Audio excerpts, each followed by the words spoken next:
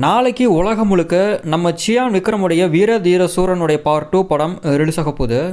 But இப்போ வந்திருக்க latest news என்னென்னா, இந்த படத்தை ரிலீஸ் பண்ணக்கூடாதுன்னு டெல்லி ஹைகோர்ட் இடைக்கால தடை போட்டிருக்கிறதா நியூஸ் வந்திருக்குங்க. காரணம்னு பார்த்தா B4Uங்கிற ஒரு ப்ரொடக்ஷன் கம்பெனி விஜயோடைய மாஸ்டர் படத்தை நார்த் இந்தியாவில் இவங்க தான் டிஸ்ட்ரிபியூஷன் பண்ணாங்க. இவங்க தான் இப்போ வீர தீர சூரன் படத்து மேலே ஃபினான்ஷியல் ரீதியாக ஒரு கேஸ் போட்டிருக்காங்க.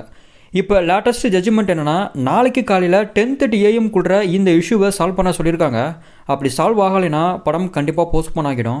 என்னோடய ஒப்பீனியன் 90% நாளைக்கு ரிலீஸ் பண்ணுறதுக்கான வேலையை தான் துரிதப்படுத்துவாங்க.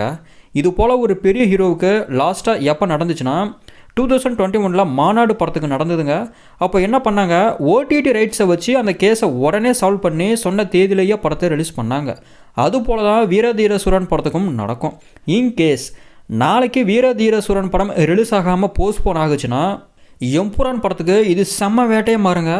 ஏற்கனவே புக்கிங்ஸ்லாம் தாறுமாறாக எம்புரான் படத்துக்கு போய்கிட்டுருக்கு.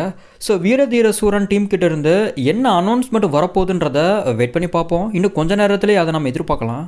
நான் சொன்ன இன்ஃபர்மேஷன் உங்களுக்கு ஓகேவா இருந்ததுன்னா ஷேர் பண்ணி சப்ஸ்கிரைப் பண்ணுங்கள் சினி எக்ஸ்ப்ளோர் சேனலை.